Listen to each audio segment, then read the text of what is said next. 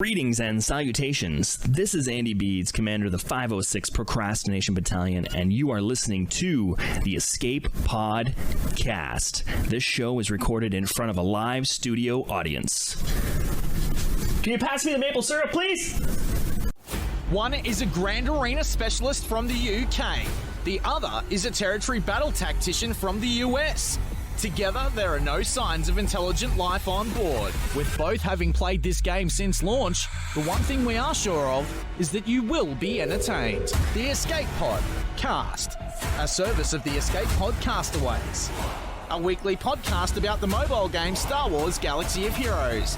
Live from the network studios of Yavin 4, here are your hosts, Neil Andrew Eyre and Paul Anthony. Coming up on this week's edition of the Escape Podcast. The road ahead is paved with good intentions. And apparently tons of information as well. We will go through the article, commenting along the way. Giving you that Escape Podcast treatment that we do, all the big headlines. And talk about those Star Wars Day rewards. Some of us are grateful to see Conquest is back. Some of us not so much. Are you getting crappy discs again, Neil? You winning at GAC again? Actually, yeah. Oh well, good for you. Our guest is someone I don't recognize though. Oh, don't worry, listeners. We don't have one of those guests. We actually have a Galaxy of Heroes related guest this week. Darth Kenobi, THG, joins us as he starts his content creation journey. That's right. And guess what, Neil? I noticed he also posts his GAC. Okay, so he's a star in the making. We're calling it now. With everything going on this week, it is an exciting time for this game. All this and breaking news as and if it happens. Right here on the Escape Pod Cast.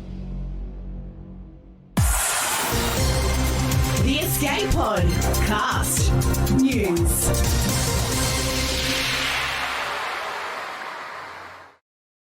Hello there, ladies and gentlemen. It's time for another episode of the Escape Pod Cast. I'm your host, the Nev, and as always, I'm joined by my hetero life partner, Paul. Paul, how are you today? I am doing actually really, really good as far as Star Wars Galaxy of Heroes goes. Yeah. I'm best week ever. Best week ever, as far as I'm concerned. It really, really was. Even better than last week. Best week ever. Just a good week all around. But GAC Realign was last week.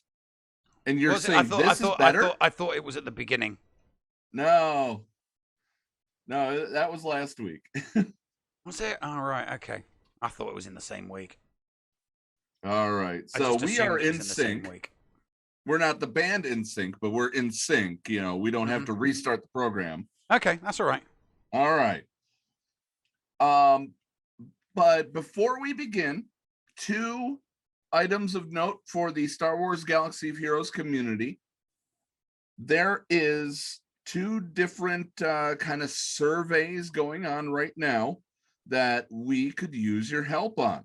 If you're listening to this on replay, you can get those links down below.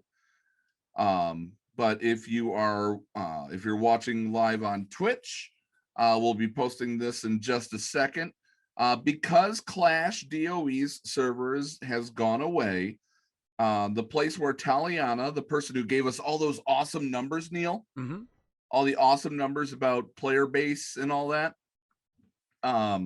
she's looking for more information.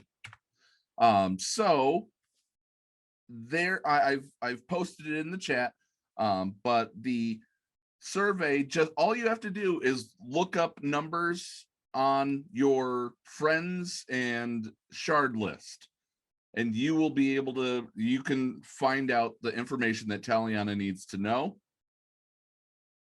in order to help us get a decent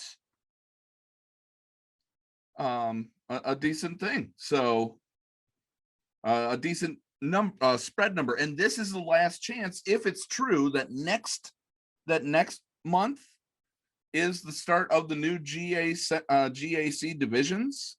This is our last chance to see what it looks like now and what it looks like afterward, what it looks like in the first week, and get a really, really good number. Yeah, it's not going to be a hockey stick. Yeah, that is true. It's no longer going to look like It's going to be. It's going to go along flat, and then it's going to be up like that between divs and peak between divs 2 and 3, between 3 and 2, and then it'll go down at 1. Yeah, that's what it's going to. That's what I think it's going to look like anyway. I think the largest volume is going to be 2 and 3. Not going to be 1. It's going to be 2 and 3. And then the other link, which is down below under Planet Coruscant's SWGOH survey, is that Planet Coruscant wants to take to CG they're basically plastering this everywhere where they could see it, not just the forums. Mm-hmm. You know, I would say a high majority of people that are on the forums are on some sort of Discord, but not everybody on Discord likes to go to the forums. Mm-hmm. So this Planet Coruscant survey, it's chock full of interesting takes on things that they are going to take to CG once it's done. So if you guys can help out with those 2 pet projects of the game that we love's community, that would be a lot of help. Mm-hmm. So let's get on to let's talk about the stuff that's been posted on the forum then recently. Oh, you mean the hot fix that they fixed the 100 Cantina Energy giveaway every day? That's exactly what I'm talking about. I'm talking about the 7 days of 100 free Cantina Energy. I'm not talking about anything else on the forums at all. Just free energy. Yeah.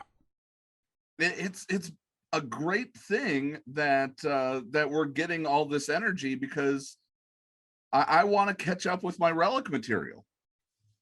Yeah, I'm dumping it. I'm dumping all of mine on, well, depends on what account it is, but I'm dumping most of it on, I'm doing, yeah, my main, it's all getting dumped on relic material. My main alt and my second alt, it's getting dumped on the, who's that trooper? Arc Trooper.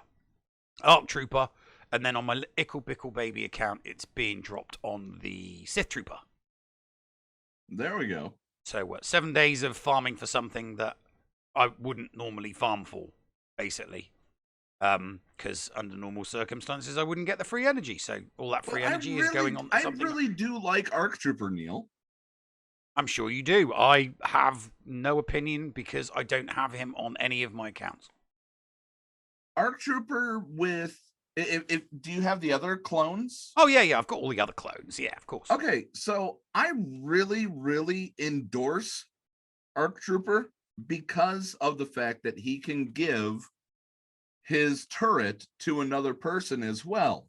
So if you have a speedy, either 5s or Rex, they could be, using the turret as well. And if you happen to have gas, for those who are in that phase where they can get General Anakin Skywalker, when Anakin's standing, if you put the turret on 5s, when he does the call to assist, he can call Arc Trooper, and you get 2 shots from that turret. It's great. I'm sure he's good, but I'm putting the time and the effort into it. It's way too much time, way too much effort. I've got 5 more characters to take to. I've got 5 more characters to relic for Jake Skywalker. I've got to take Lando Calrissian to 5.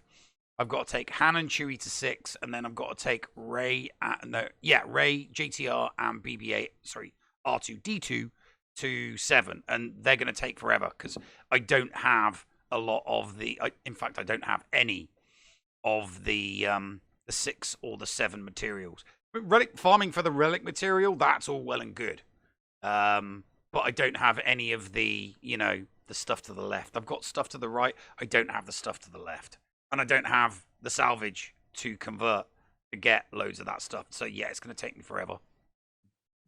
But I'm going to do it because I've only got 5 more characters left. So, you know. Right. Thank you, Llama, for the 500 bits. Thank you very, very much for that. But no, let's get a little bit serious here. What everybody came to talk about is the road ahead, April 2021. Best road ahead ever. Although saying that, I might be saying that because last year's road ahead was pathetic. And I don't mind saying that last year's road ahead was horrendous. Absolutely horrendous. So, yeah, this year's road ahead was just brilliant. Perfect. Good information, good data, telling us what we're gonna see in the near future, what we're gonna see for the rest of the year. The Bad Batch, it was. I mean, really, kudos. Props to CG. I'll be very, very critical of CG when they do something I think is wrong. But you've got, I'll give credit where credit is due, and they gave us such an impressive road ahead this year. Really, really impressive. And I maybe they did look back to last year and thought we can't do that again because we got absolutely slammed for last year's road ahead. Let's make this one, a good one. So, bravo CG, gave us a good road ahead. Yeah, I'm not seeing a road. Oh, okay, road ahead for 410. No, that's 41019. I went too far back. But you do have to factor in that was the beginning of an unexpected pandemic throughout the world. Yeah, it was. No, it wasn't. No. I mean, it wasn't. It wasn't. We were, plus 4 weeks beyond the 2 weeks to flatten the curve. We were in it. And everybody was working from home. So all of CG were working from home. If you remember, they gave us that month of extra stuff because they knew that everybody was going to be kind of stuck at home. Because obviously, so they were stuck at home too. Yeah, because some people were on lockdown and others weren't. But the majority of the world during that time period were, everybody was working from home at that time. Yeah, it was a State of the Galaxy in April 2020. Cara Dune was the announced character, and they also announced Mandalorian himself.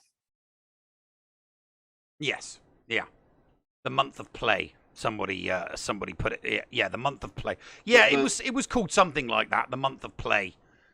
Stay and play. It was that was it. Yes, spin. Yeah, stay and play because they put on like extra events. More than what they were planning on putting that month. Because they knew most people were going to be, at home playing. I mean, it didn't really change for a lot of people, but it did change for a considerable large number of people. So, yeah. It was at the State of the Galaxy was pretty, it was just, from a day that I think, it was what they released around that time period that was kind of, what made, 2020 for the game a C, because a lot of the year started off slow. Remember, January and February were kind of slow, and then March and April were slow, and then obviously then we got the Luke and the Vader, and things just took off, and the game just got better and better and better as the year progressed. But by mid-year, I was loving it. Everybody was loving it because the communication was back up, the interviews were rolling, everything was rolling. So everything was doing so much better the second half of 2020 than the first half. But but this road ahead just had we were told about 3 new characters. 3 new characters. I mean, can you remember a road ahead where we were told? I mean, okay, Wrecker's not. We knew Wrecker was coming. So 2 new characters. We'll split the difference and we'll say we learned of 2 new characters coming. One of which is going to be really, really easy for people to get because, it was thrown onto the Galactic Challenges, the Conquest. But which we'll definitely get to. Yeah, let's just read through it because it's the first time I was like getting goosebumps reading it. It was just one good thing after another good thing after another good thing. It was just it was really good. Let's pass it back and forth here. I'll start us out. Hello there, Hero Table Hollows. I hope you're doing well. Since our last chat, I mean, it wasn't too long ago that he chatted with us. Enjoyed the Bad Batch puzzles that kicked off April. We did.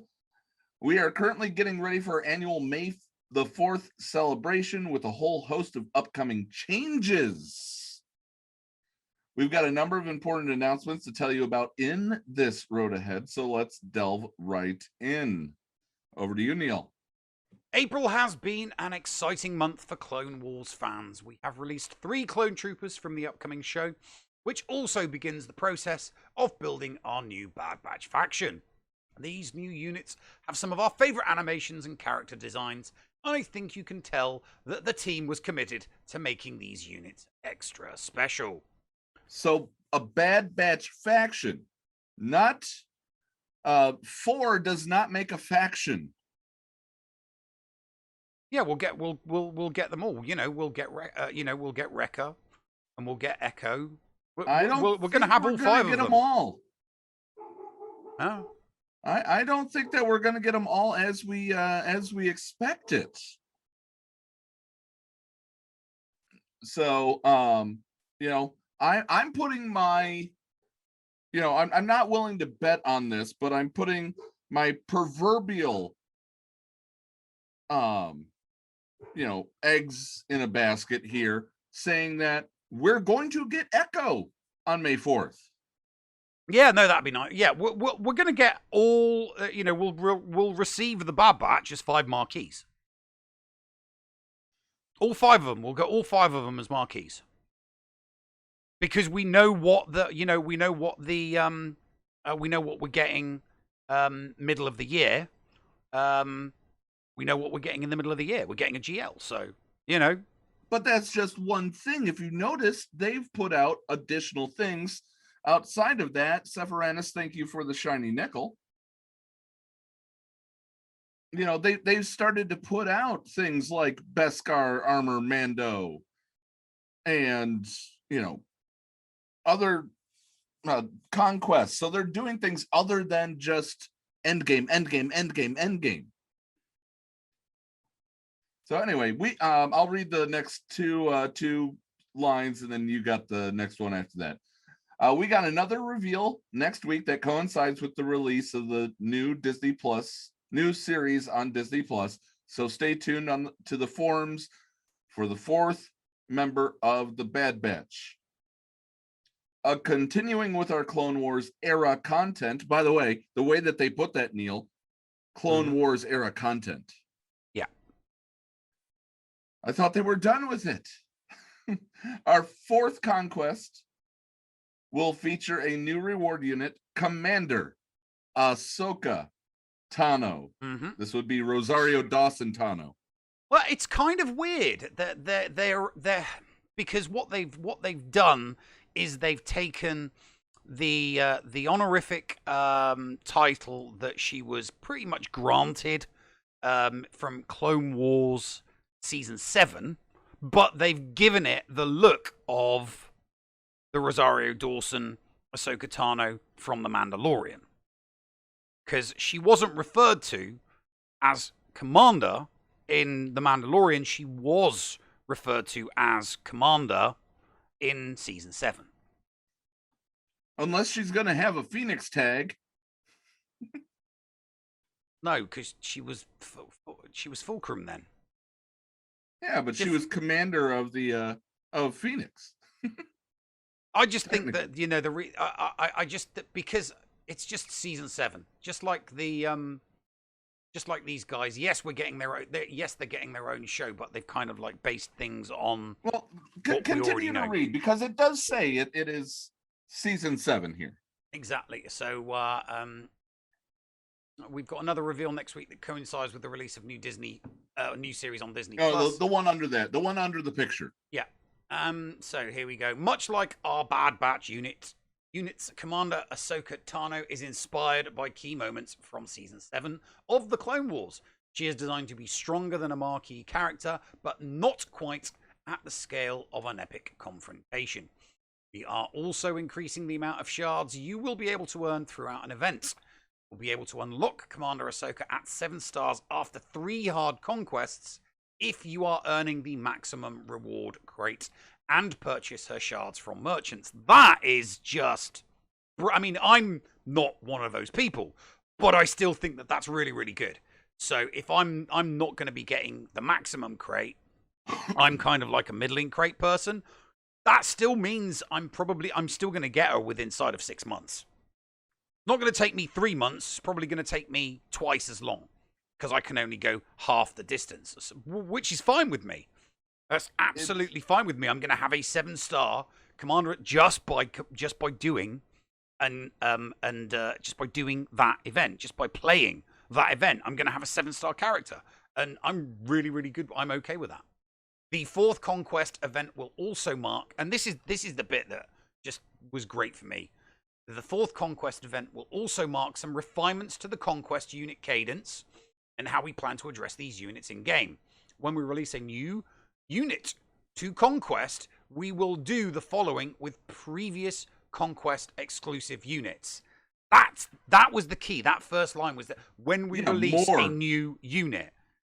So this isn't just what they're going to do. They're not just doing it with they're not just doing this with the Razor Crest and with Ahsoka, with the new Ahsoka. They're going to do this with new characters that are basically going to be better than Marquee, but not quite as OP as Epic Confrontation. So they're going to going to be good. They're going to be worth playing. Yeah. My thoughts is that it seems like they're going to release, because they're going to start it with the next one, every 3 months, a new character of Conquest mode. A new Conquest. Yeah, exactly. Yeah. So the quarterly Conquest character to kind of alliterate it. Mm-hmm. That's where we'll probably... I mean, obviously, there's been a lot of speculation. I mean, I assume, I did genuinely think that it was going to be an Ahsoka Tano type single epic confrontation mid-year with Maul at the end of the year, and now I'm inclined to think, well, it's probably, we're getting Ahsoka this time, it's probably going to be Maul for the next one. That would be my guess anyway. So yeah, here we go. So the older unit will remain in the end of event rewards, but we'll see the amount awarded in prize boxes reduced. The amount of conquest currency needed to purchase shards will be slightly reduced, which kind of goes without saying. Its unit shards will appear more frequently at normal and or hard mode merchants. So the wandering scavenger. And then several months later, a third new unit, the quarterly Conquest character, will be introduced in Conquest, and that first unit, the Razor Crest in this case, will leave the end of event prizing, but it will stay on the nodes within the mode and get added to Conquest shipments for crystals and Conquest currency. Exactly. So those people that aren't getting that maximum reward will be able to top up their shards in the store, which makes sense. Because if you need to finish one off, you'd rather use your currency and be able to finish off a character or a ship to 7 stars, rather than plowing it into a character that you still haven't unlocked yet. So no different from the way purchasing character shards in the Get store, basically. You go for you'll go for your Hermit Yoda and your Wampa first, and then you'll go for your gas, and then you'll go for your Malik shards. Yep. I'm going to read this last part, and then we're going to throw it to a break because we started a little late. We're running a little behind. The last step for the unit occurs approximately a year after the initial release. So 1 year after, as if it would hit the journey guide, it instead will become easily more farmable. Essentially, they said that they'll be looking to adding to a journey guide style event or galactic challenge. We'll have more info on that in the future, and you still have plenty of time to finish unlocking the Razor Crest, but focus on different units will shift as new Conquest units are released. We'll talk more about Conquest coming up in just a moment. No GA Center Patreon leaderboard, so this will be a quick break. We'll be right back after these messages right here on the Escape Pod Cast. The Escape Pod Cast with Paul Anthony and Neil Andrew Ware. HotBot in HotUtils is one of the most comprehensive tools for Star Wars Galaxy of Heroes. With integration into the super useful mod tool Grand Ivory, HotUtils can help you tackle some of the most difficult aspects of the game. Not sure how to mod your roster for a certain game mode? Use one of the many filters that automatically assigns the right mods to the right character in accordance with your guild needs. Now with additional features that can assist you and your guild officers in territory battles and territory wars, HotUtils is an amazing value. And don't forget the useful tools for yourself in Grand Arena, like the in-depth and customizable compare feature. Got multiple accounts like Neil, but not the time to remod them all? With this one-stop utility, you can switch between your alts and never miss a mod upgrade or a mod switch before locking into GAC or Territory Wars. Starting at just $5 a month, you don't want to miss out on these great tools. HotUtils is the new official remodding service for the Escape Pod Cast. Visit HotUtils.com to learn more. That's HotUtils.com. And go ahead and spice up your Galaxy of Heroes experience. Hello, friends. This is Thaddeus from Going Nerdy, and I approve this message and am compensated for signups for this service. The world's largest audiobook library is at your fingertips, and the Escape Pod Castaways wants you to try it for free. Head on over to escapepodcastaways.com and click the Going Nerdy offer button to claim a free audiobook and 2 Audible originals. Cancel anytime, and it's absolutely free to sign up. Check out Audible and support the Escape Pod Castaways, all for free. See Audible website for details. Restrictions may apply. Podawans, be sure to support the shows brought to you on the Escape Podcast Twitch and YouTube channel by becoming a Patreon. For as little as $2 a month, you can support us and get a little extra for yourself.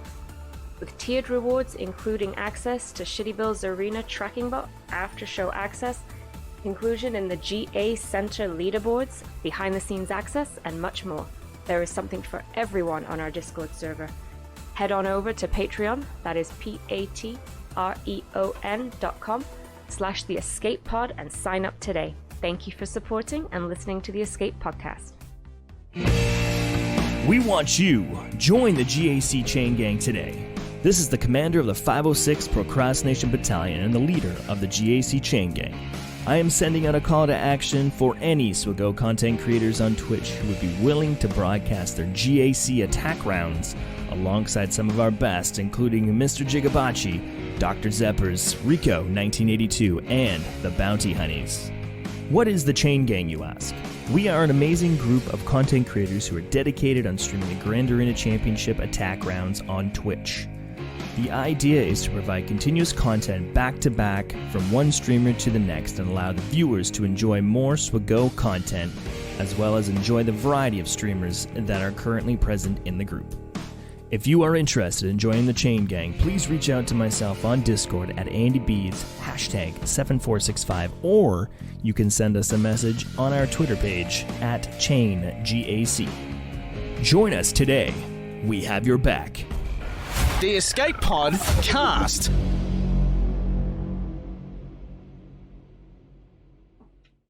And welcome back, ladies and gentlemen. Yeah, I changed my hat. And Paul wasn't sat down, even though he knew it. Even though he knew it was a short break, because he said before we went to break. And you saw my back. So yes, okay. So let's keep going with the road ahead. So A Conquest Catch-Up. This is also a good time to catch up a bit on the structure of Conquest. At a high level, Conquest has a very successful launch with the exhibition events, and most bugs or issues that were found were fairly minor. That is true, they were fairly minor. There is still a lot we want to do in terms of polishing and expanding the experience, but we were able to gather a ton of data from the hard and normal runs. We are in the midst of reviewing this data along with your feedback and are still working out the roadmap, but there are a few things we can share now. Our next Conquest, Conquest 4, has some larger balance changes planned for it, but we want to make sure that these changes maintain a similar level of balance as when it was launched. We're planning on changing the sector bosses and swapping out some of the data disks. Boo! Deployable cooldown systems. just makes me cry. Dread and Quickening, don't care about Dread or Quickening, will be replaced with Entrenched, Conveyor's Agility, and Future Vision. So be interesting to see what those ones I think like. Future Vision's going to be good. We'll just have to wait and see. Nothing is going to be as good as deployable cooldown system. Nothing is going to be as good as my deplorables. Anyway, just okay. Before you go farther, I just want to ask: please do not do any stupid, give us back our deployable cooling systems, or we're going to stop playing the game, guys. We played the game without deployable cooling systems for the longest time. Shut up, eat your Wheaties, play the game. Go ahead. The cadence for this and the next few Conquest events have been switched to once per month. This may change in the future as we monitor how this impacts players' time in the game. But this will give us time between events to review data from the previous event and adjust accordingly. We are looking at future Conquest events to significantly refresh the experience with different matchups, feats, and potentially new modifiers. We haven't finalized the details at the moment, but the intention is to expand the theory crafting space with a blend of old and new challenges. All right, I get the privilege of this one. Hello there. The Bad Batch and Commander Ahsoka are the beginning stages of Galaxy of Heroes revisiting the Clone Wars era, and will lead to a new round of Galactic Legends from the same era. This time we're doing the release a bit differently, with just one Galactic Legend at a time. Releasing them in pairs has been exciting, but difficult for players. I agree, and this was a good move. Not only does it decrease the time in the spotlight for each unit, it can be very difficult to unlock them together. If you really enjoy both of the factions these units are focused on improving. Please be a Separatist one. Please be a Separatist one. I've got all my Separatists ready. But the first one they're giving us is Jedi Master Kenobi. Please do not abbreviate him GMK. We got to come up with a better abbreviation than GMK, because it's too close to JMK, not JML, which is Jedi Master Luke, even though you call him Snake Bliskin or whatever. I call him Jake because that is how Mark Hamill referred to the character during an interview. That is why I call him Jake Skywalker, because Mark Hamill called him Jake Skywalker. Yeah, but Nabokov fan says to just call him GLK. I like that. Jedi or Galactic Legend Jedi Master Kenobi. We could call him GLJMK or MDFMK. That was a great band. Anyway, I digress. Is inspired by Obi-Wan during Star Wars Revenge of the Sith. Kenobi's visual appearance is drawn directly from Revenge of the Sith, as well as having most of his abilities inspired by moments from the movie. I'm sure you've already got some guesses, but this will include some subtle homages to his best lines and moments from the films. Other parts of his kit are inspired by his standing as the exemplar Jedi Master, a very capable leader. He's a powerful unit on par with other galactic legends. And so we're getting 5. Neil, we finally get rock, paper, scissors, lizard, Spock. We got 5 now. Mm-hmm.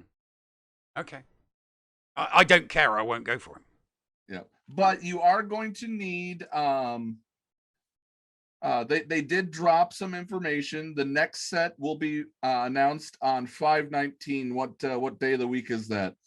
So they're going to announce the next set on 3 Wednesdays from now, and the final set will be posted on 6/9, which will be the first episode for our season 5, which will be fun. There'll be double drops associated with this to help you prepare. You're going to need Kenobi, General Kenobi, Raid Kenobi at Relic 8, Negotiator at only 6-star, Mace Windu, I bet Rambam's happy, at Relic 3, Ayla Sakura at Relic 3, I bet nobody's happy, and Bo-Katan at Relic 5. So there's one of your new ones. Mm-hmm. Yeah, no, that's not going to be a problem for Jedi Master Adastra. No, not at all. That's not going to be an issue for Jedi Master Adastra. She's already ready for the group. She's already hit the group requirements, guaranteed. I don't even have Ayla Sakura unlocked on any of my accounts, and I never will. Which is one of the other reasons why I'll never get this character. But the one thing that I do like and appreciate from this, and it's one of the reasons why I made my end of year, beginning of year predictions, that I felt that it was going to be epic confrontations this year, was because they always said that they were going to release GLs in 2s. And I just felt that another 2 GLs was too much. They feel the same way, so they are in future going to release GLs as singles. So I think it's kind of a happy medium. You know, I predicted epic confrontation because I thought that they were just going to release one OP character. They are releasing one OP character, so it's kind of like not a full GL event, which would be 2 GL characters, but it's not quite an epic confrontation because we're getting a GL. So I think it's a happy medium.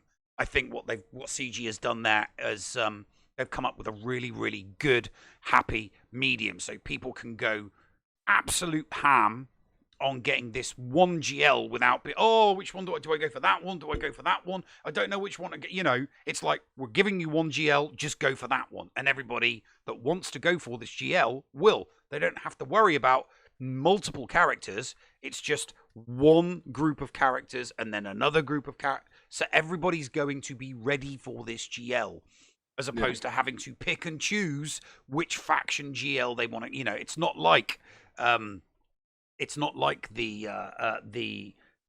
GLs from the prequel season, from the prequel films. It's completely different. One GL, and I think that that's great. I really think that they've done it the proper way. All right. You've got the May the 4th celebration, my friend. Okay, May the 4th celebration. Speaking of double drops, 2 times 0 is still 0. We have some exciting plans for May the 4th. Besides the 4th Bad Batch announcement, in celebration of May the 4th, we are rewarding double drops on light side battles, dark side battles, mob battles, cantina battles, and fleet battles on May the 4th and 5th. This is a great opportunity to start preparing for Galactic Legend Kenobi, or finish your on previous Galactic Legend. There will also be special packs and bundles, no surprises there, and it wouldn't be a celebration without 3 Clone Wars Chewie shards. Damn right it wouldn't. And an inbox full of goodies, an awesome Bad Batch portrait and title Bad Batch. So obviously you get the portrait, and then you get the usual gumph, you know, bonding pins, fusion discs, flow fusion coils, amplifiers, capacitors, boatloads of them, pulse modulators, 500,000 credits, not bad. 500,000 in shipbuilding materials, not bad. And then obviously a boatload of the signal data, all of the relic materials, including some Zabindal car. It would have been nice if they'd given enough for a whole one, but you know they haven't. So or from 6 to 7. Yeah, which would have been nice.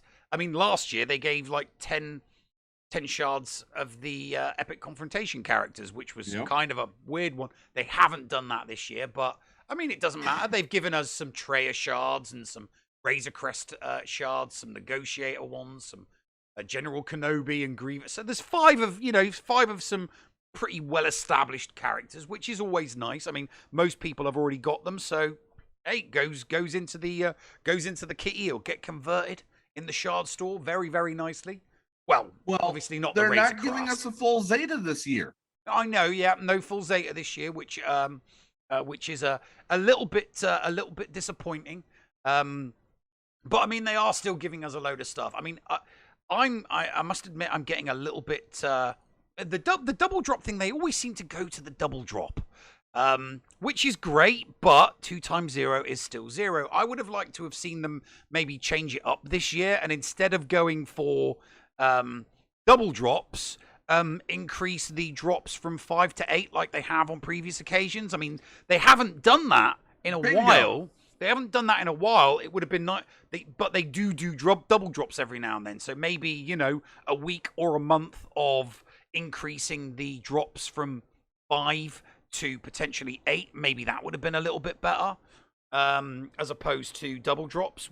Because something like that would be it would be a lot more useful for new people coming to the game. You did a month of that, a month of farming, being able to farm 8 from a hard node instead of 5. And a lot of newer players would really, really have appreciated that. But yeah, you know, I three Chewy shards. Gotta be happy with that. Everything else is a bonus. Yeah, I'm looking back really quick because somebody was asking, did they do it before? I don't see a May 4th post last year. Well, no, we didn't get the post, but they did tell us before May the 4th what we were going to be getting on May the 4th. Yeah, I looked at both and I don't see anything about what we got for May 4th. Egrace Gamer thought that the only time we get a full Zeta is the anniversary, but I thought that it was both last time. And also, no talk about whether or not we get anything that we're getting anything as far as the special character pack. The 330 shard character pack. Yeah, no, they mentioned that they'll do that again. They'll put that in there again because they did it last year. They haven't talked about the specifics of the packs. They just said, there will be special packs and bundles. Obviously, there's if it was just like 3 or 4 special packs and bundles, they would say we're going to do this one, and this one. The fact that they're saying there will be special packs and bundles suggests to me that there's going to be, a dozen, maybe a dozen, maybe more different types of bundles and packs that you'll be able to buy with either hard currency or crystals. All right. Well, lastly on the list, upcoming title updates. Let's talk about title updates. These updates usually introduce a new feature or major changes to the game, but we're shifting. My dental injuries screwing with me here. More frequent title updates this year. So we're getting more of those. They'll be smaller in scope, but increased regularly enables us to perform fixes to Conquest quicker, along with many other improvements. Your turn. Earlier this month, you saw one of these title updates in action with the improved guild search tools and menus. Yep, that was pretty good if that's your thing. The previous schedule for large title updates would have made it troublesome to schedule the guild search changes when there are so many other things we want to get to. But this increased frequency means we can address some of these quality of life issues on a more regular basis. That's good. Our next title update is coming in early May and is targeted at the early game experience. I feel bad for Llama and Kate in their starter guide because it's going to change up again. Though players at every level will likely notice some changes, we wanted to address early game experience for a while, and we'll start with updating which characters all players receive as part of the early onboarding. There goes all the farming guides. Well, I mean, There it goes- depends. The Saitor's still working on his. Saitor's is building up a lot of steam. Wait till you see it when it's finished.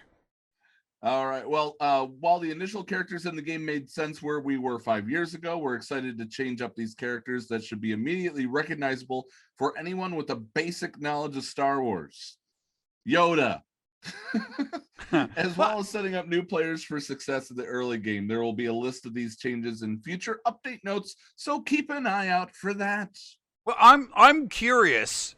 I must admit, I will be very, very curious to know what their idea of a basic knowledge of Star Wars is. Because whatever they do to change the characters, because here's the thing: as soon as they do this, everybody's going to go out and start a brand new alt, just to see what these new basic knowledge characters are like. Okay. Breaking quote unquote news here. I did Nabokov fans sent me last year's thing. They did end up only giving us 5 Zeta abilities. I was wrong. I'm admitting to my ignorance here. But they only gave us 1 Zinbittle card. And they did increase from 5 to 8 last year, Neil. Okay. So there you go. Anyway. But yeah, like I said, it'd be very interesting to see what the new characters are. I'd love to see, I can't wait to see what they are. I mean, I'm not going to start a new account, but I know somebody out there will.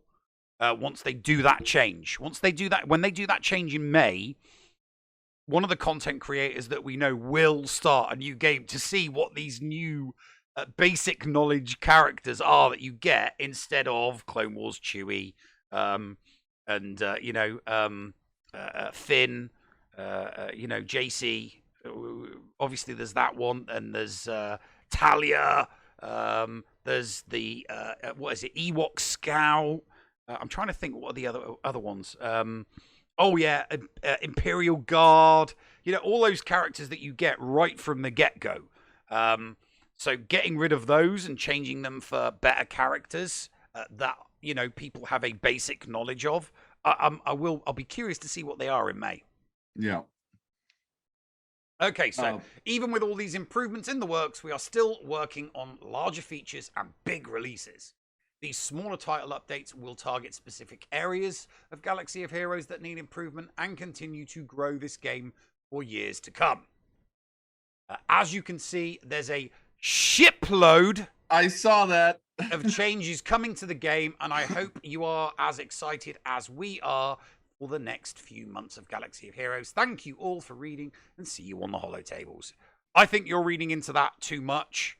Ship is just there to replace the R-rated version of what would have been there, but they can't because obviously they could have avoided it all the way. They could have said, there are a lot of changes coming to the game. See, I would have said boatload.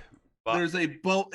If they would have said boatload, that would have been different. But yeah, they chose. It could be. It could be. The shipload of changes could be the fact that they finally get around to doing a Ships 3.0. I mean, it's been 2 years since we had Ships 2.0. And we do need a Ships 3.0. We do desperately need a Ships 3.0. They're on a different engine. Maybe there has been somebody working on it. Hey, for all we know, the devs that they had working on the ship raid that they mothballed in October of 2019, maybe those guys were like, look, we're switching engines, get off the fleet, get off the fleet raid and start working on Ships 3.0.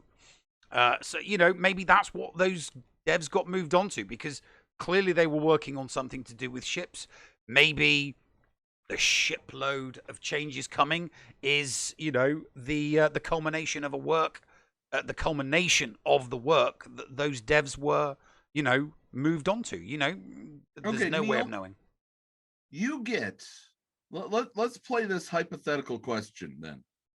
You get a chance to talk to CG, and you can ask any one question, one question about the game, what is that question going to be?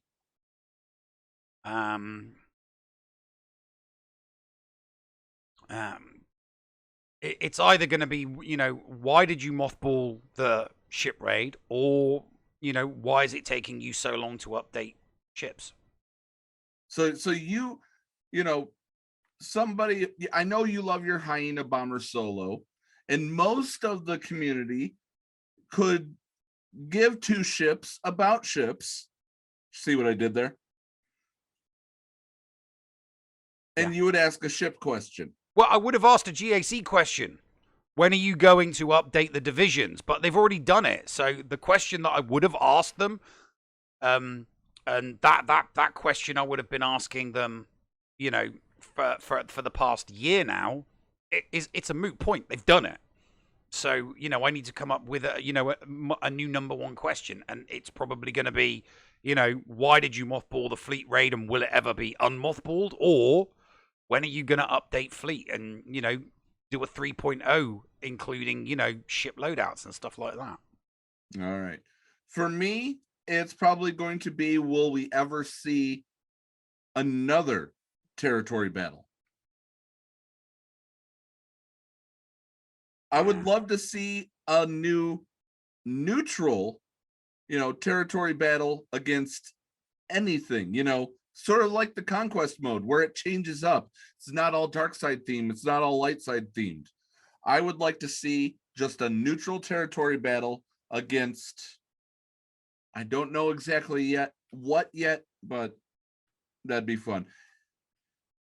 The other thing that we know about in the title update, and if we have time after the interview, we'll talk about it. There are new models on SWGOH events server, and in my opinion, I think they look wonderful. Have you had a chance to check them out, Neil? No, I haven't. I've had a very, very busy day. All right. Well, we'll talk about those possibly after. If we don't, we'll talk about them next week, because that's probably when they'll go live. Ladies and gentlemen, coming up after this break and story time with the llama, I have for you somebody literally right out of the gate in content creation. And this guy is, it seems like he's been doing it forever. And we'll talk to him about that in just a moment after these messages right here on the Escape Podcast. The Escape Pod Cast with Paul Anthony and Neil Andrew Ware. Hello, Escape Padawans. It is the llama here to remind you that the Escape Pod Castaways are on social media. We're on Facebook, we're on Twitter, you can catch us on YouTube and on Twitch every week, streaming Star Wars Galaxy of Heroes, LEGO Legacy Heroes Unboxed, your favorite new Galaxy of Heroes show, GA Center, and so much more. Come catch us on the web. Are you a member of Team Paul or Team Neil?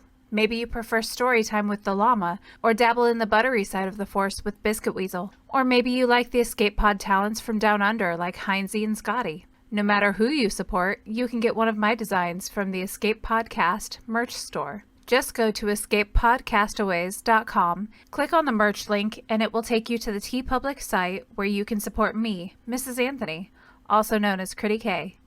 Also be sure to check out the Mrs. Anthony Shirts channel on the Escape Podcast's Discord server weekly to vote for my latest shirts in the Design Derby on Woot. Links for both of these are down below. Thank you for supporting the Escape Pod Cast. Heinzie from the ANZGC is officially a member of the Escape Pod Castaways. Make sure you go and search for Heinzie on YouTube today, because he live streams a lot of his GAC content, and not only does he do that, he also does some pretty fun videos from time to time, including a behind the screen and also streaming Jedi Fallen Order. And from time to time, this idiot might drop by. Head on over and check out Heinzie today on YouTube, a part of the Escape Pod Castaways network. The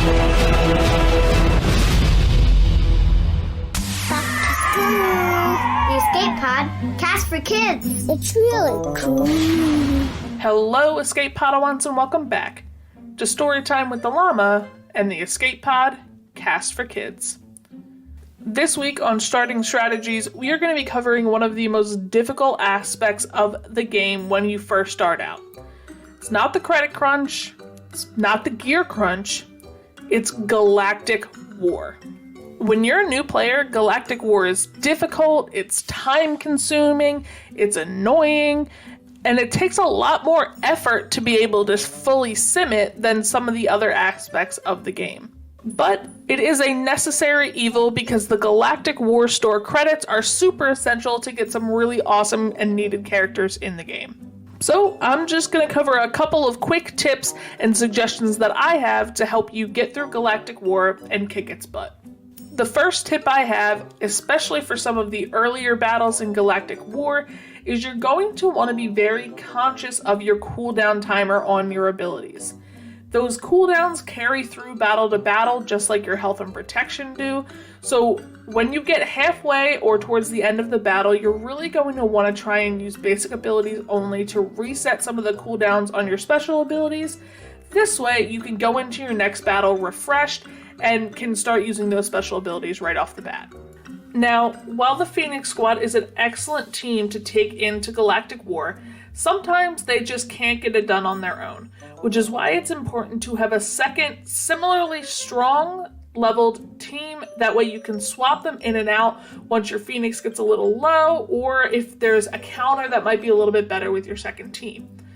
Now, in last week's episode, I talked about farming the Jedi Squad next. They're also a fantastic team to take into Galactic War, mostly because Bastilla's leader gives them so much extra protection, and you can really make it through 3 or 4 battles without actually getting into their regular protection or their health.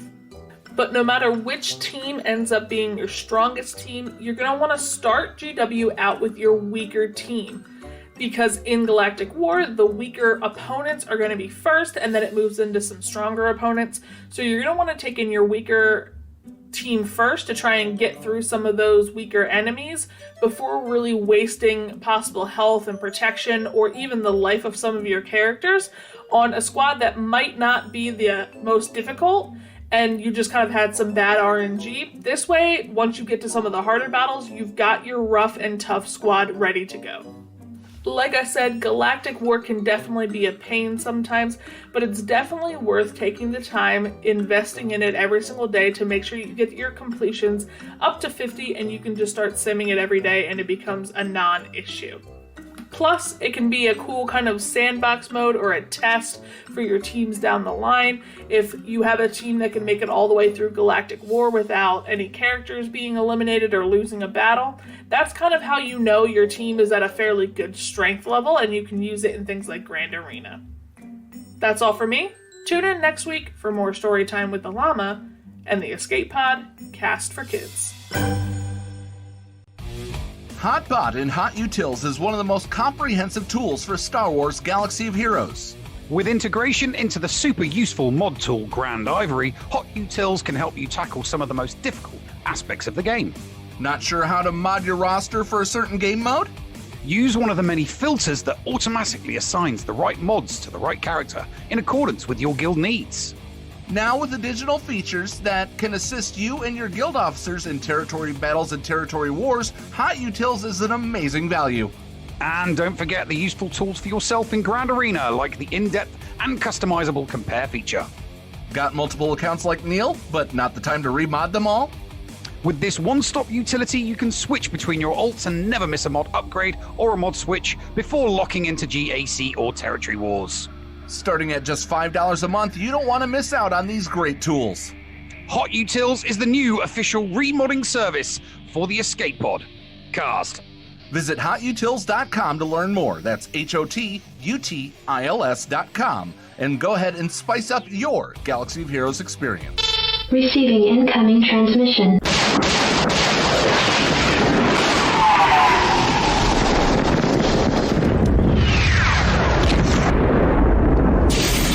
Receiving incoming transmission.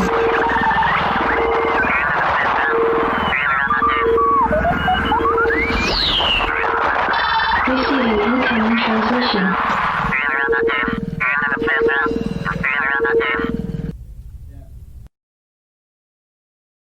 And welcome back, everybody.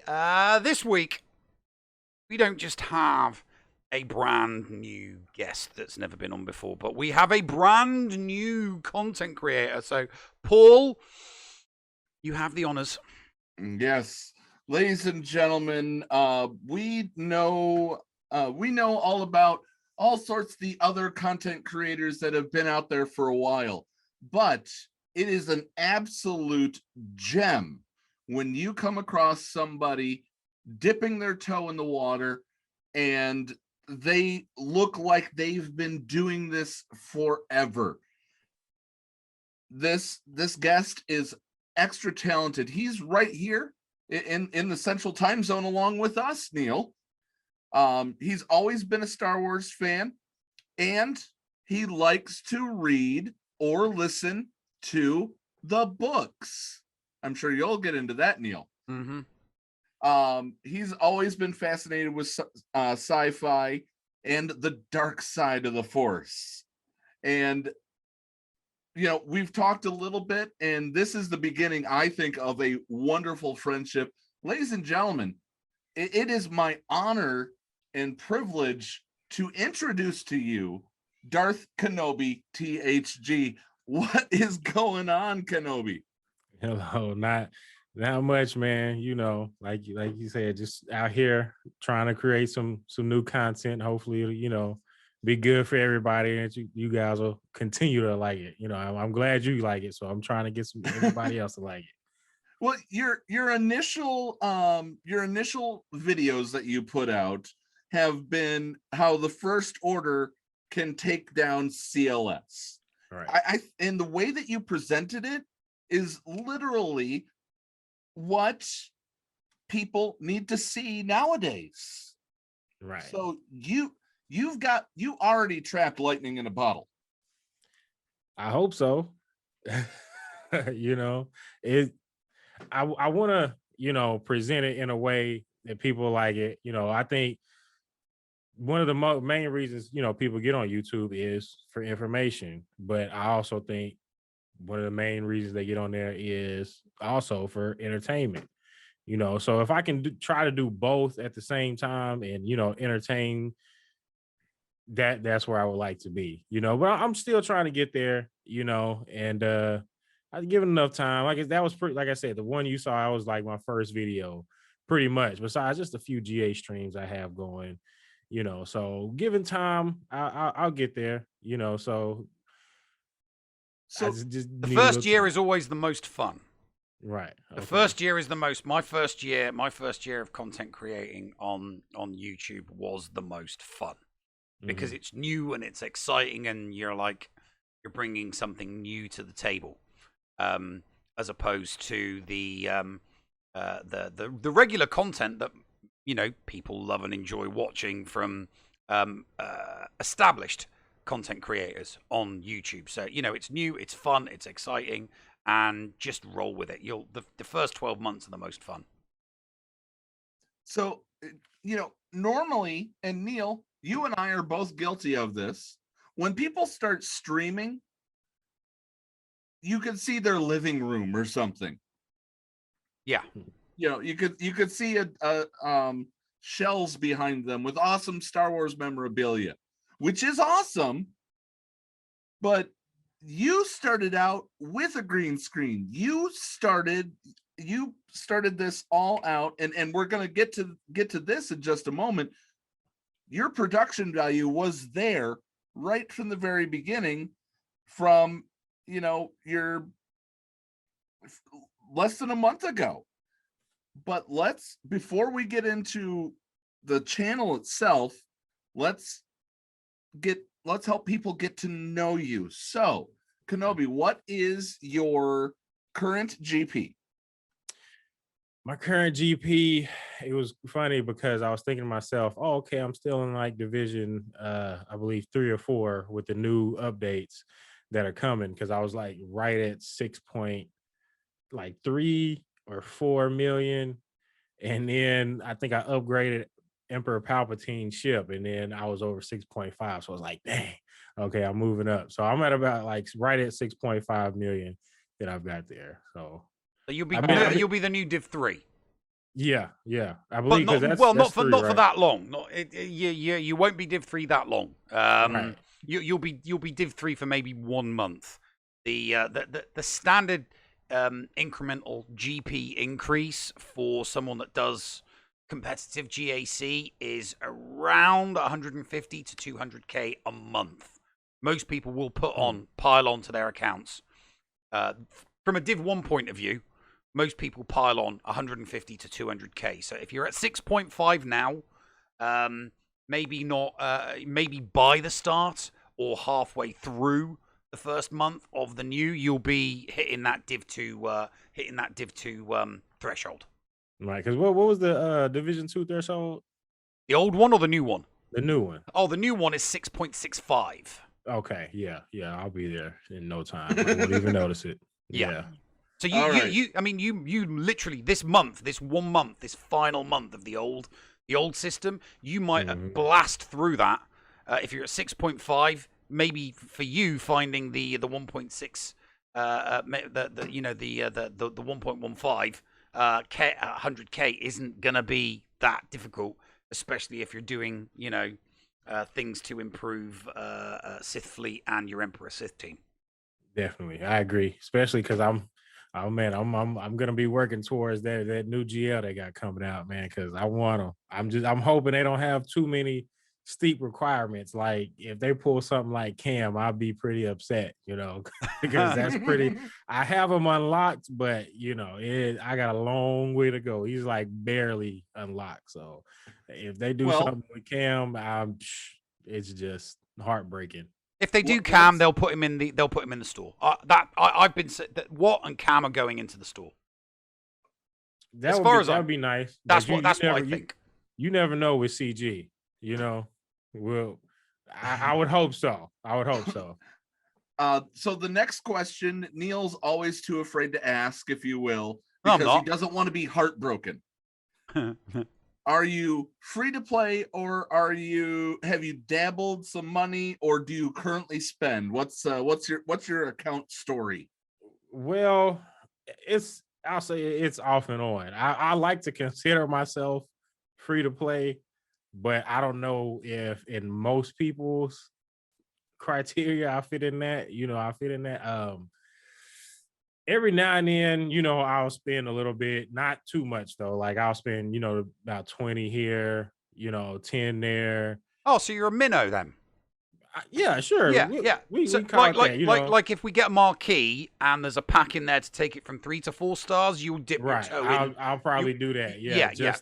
Most minnows are, infrequent spenders. So if you go 3 months without a marquee, or 2 months without a marquee, you're not going to spend anything. But if they then drop 3 or 4 marquees in a month, you'll be like $10 or $20 to take that character from 3 to 4 stars. It's a jump on the farm, and it's not going to break the bank. So that's what most minnows do. They don't buy, they don't pump money in to buy crystals, by the chest load or by the stack load. They're like, they're very meticulous and they're very careful. It's like, I know if I spend $10, I'm going to get some crystals, I'm going to get some gear, and I'm going to get enough shards to take that character from 3 to 4 stars that would normally take me 2 weeks to farm. Right. Because you're getting like an extra 30 shards, aren't you?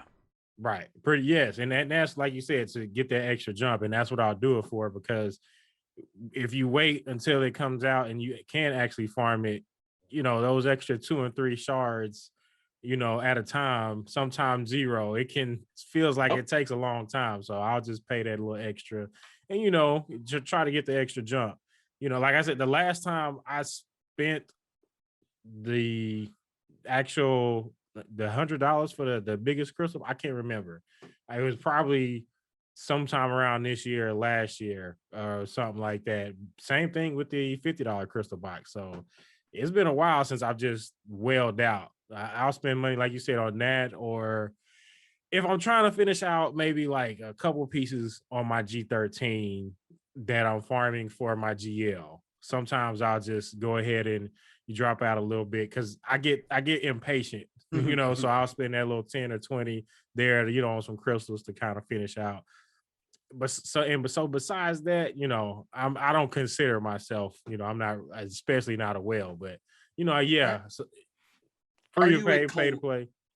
Are you a collector, or are you do you want everything at 7 stars, or are you a battler?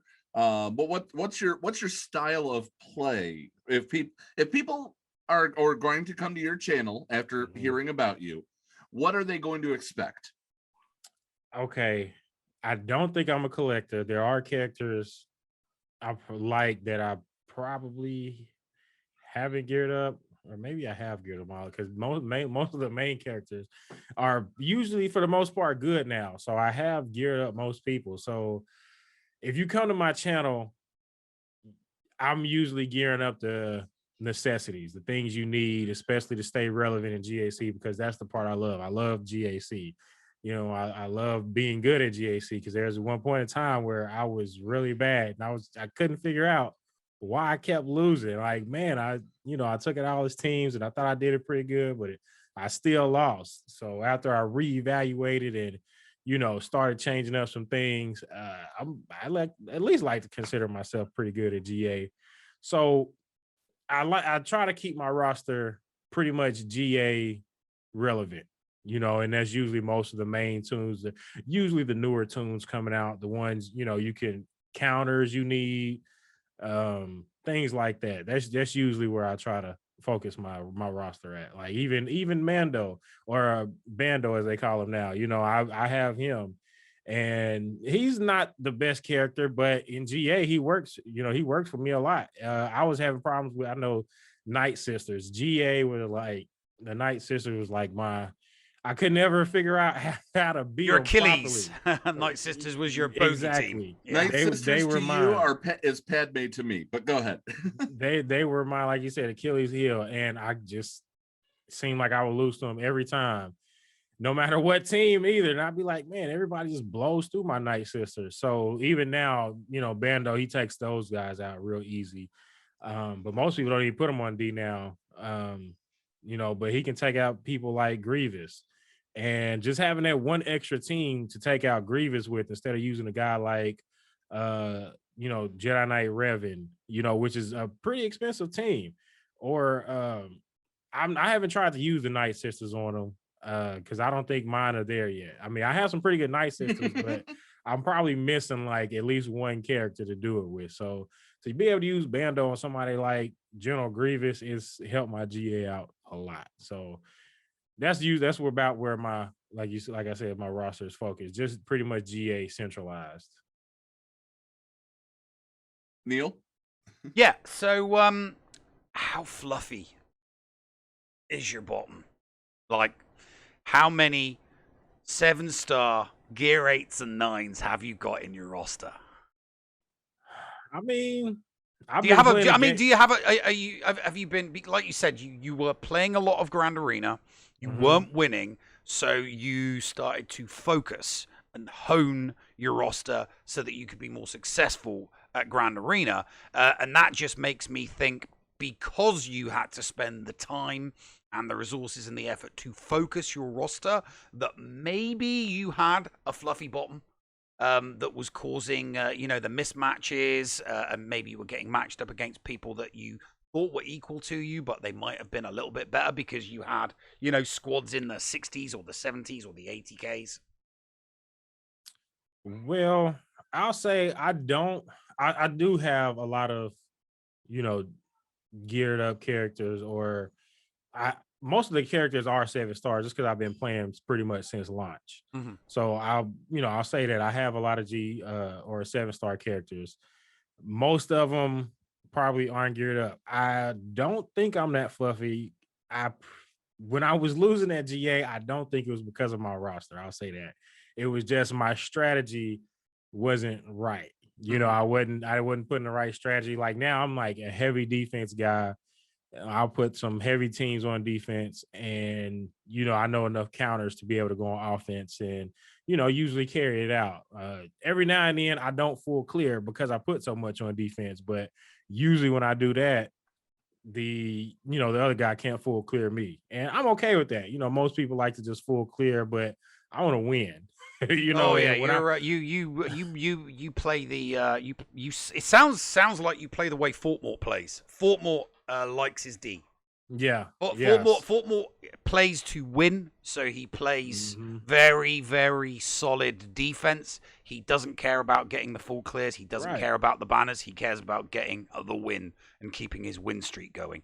Because the way I see it is, no matter what, they still have to get through your defense. And even if you can't get through theirs, they have a harder defense to go through. So that's why I said a harder defense, because there's a lot of people who don't know counters. It's weird because it's very easy to learn these counters. YouTube is everywhere, or everything's on YouTube.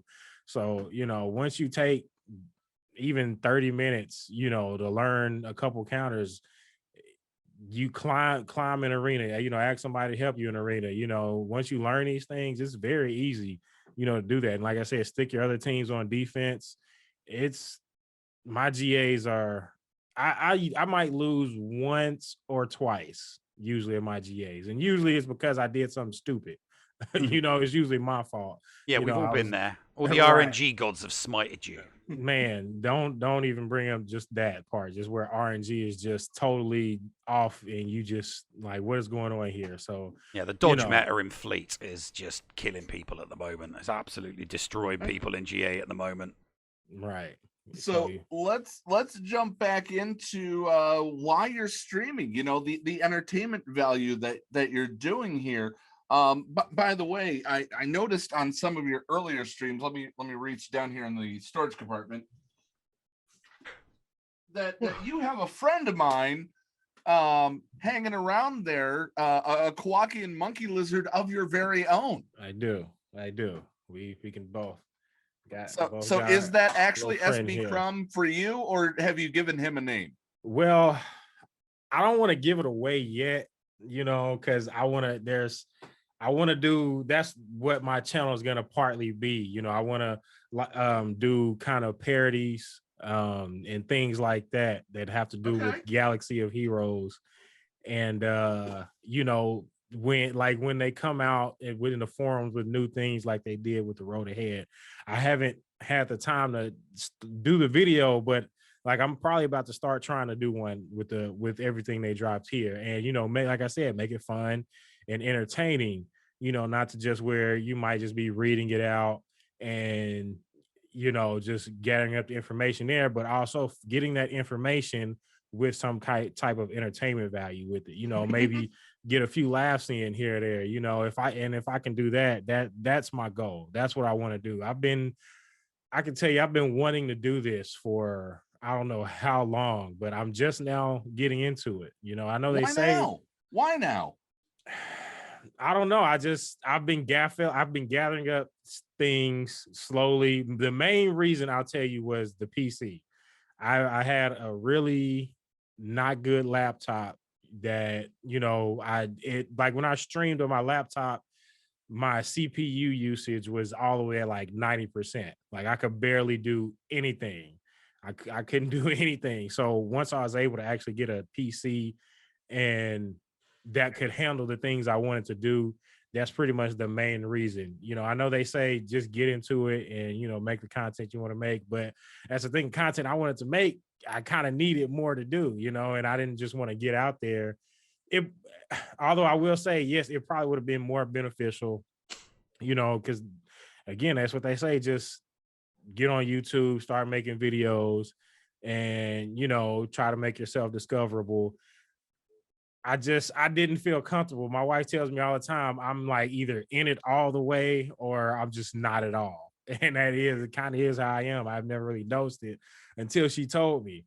And until I could do it the way I wanted to, it was pretty much on hold for me. I would stream a little bit. But before I started streaming again, it was like, I believe when I started streaming here the last couple month and a half, I'd say, it said my last stream was like 7 months ago. And before that, I would probably stream I would stream, all my GAs pretty much. And I did it for maybe a couple months, 2 to 3 months, and then I stopped. I just stopped because I wasn't able to do the things I wanted to. I always plan on coming back to it, but it just wasn't at where I wanted it to be. So, well, why now? What made you finally decide to jump in head first? That there's already so many. What makes you different, Kenobi? Well, right now, not much. I will say that it's a lot of content creators out there, that do the kind of the same things, and that's one thing I want to do. Like I said, with hopefully the entertainment value, I'm hoping that can set me apart a little bit. I've have a lot of ideas I want to do, to put entertainment value, even, just the video you saw with just small stuff like that, to where it's, just different OBS tricks and things like that, that grab people's attention. And, you might look at one guy's stream and it just looks like a regular stream, like you said, guys on their couch or something like that. But, mine might be a little bit different with just a little bit of extra pizzazz here and there, and then to add some actual entertainment value to it that might make you laugh or giggle. That's what I'm hoping to do. I got some guys working on some stuff for me. It taking longer than what I would like to, but to help add that. And that's the part too, man. It takes the things I want to do. It takes a few extra bucks sometimes. So, but like I told you, we talked about it before, that's how far I'm willing to go. I'm not even, I have 24, 25 subscribers on YouTube. 25 as of the start of this show. Right. And that was, mainly right when I got most of those when I did the counter vid, so I'm hoping that the entertainment value I can add, will bring that up. Because I know a lot of people, that's when they want to subscribe. If you have a high entertainment value and just like you said, production value, that's what interests people. I've seen a lot of people say, and watching different people's streams or just YouTube, people say they got subscribers so fast because when they came in, they decided to, do something like me and have high production value, whether it's a good camera or, they can understand you and hear you well with a good microphone. It goes a long way, it goes a long way. So I don't know if it'll work out. It might not, I hope it will, but I want to at least try, to do it the way I want to. And if it doesn't work, then, hey, I put everything I could into it, and probably have fun while doing it, so. And even so, met some cool people here already. One with you two, and even when I'm on Twitch just streaming, it's pretty good. The SWGoH community is a pretty cool community. Oh yeah. So even though it's just in general, I feel I have fun doing it, and at least I tried. So, but that's my goal is like I said, add a little bit of entertainment value to maybe some information that you're looking for. And, hopefully people like it. Well, one of the things that I did want to ask here, and for those watching the video, it's apparent, you are, and this is another thing that I enjoy about you, and I got in trouble on Facebook for even mentioning this. Somebody asked for, does anybody know of any minority streamers or female streamers or things like that? And it's awesome to see somebody that, to me at least, it's awesome to see somebody that doesn't look like me, the average white dude, middle age, that's putting out videos. And you had a great response when I asked if you were, if that had any influence on you in entering the streaming universe. Do you want to go over with what you responded? Right. I mean, let me start saying, for me, it's not a question that bothers me because, you did ask me before it. Even then, I told you, it wasn't something that bothered me because it's a real world question. It's something that people like me or just anyone has to deal with. And as I said before, also these are things I've thought about. Like I don't look the same as most of the people who probably looking for content like this. And that's something I've thought about. Thought about a lot sometimes, but will people like my content? Will people, like what I put out, or, because I don't look like them, or most people who are looking for, Star Wars and SWGoH community, will they want to watch it, and give it a shot?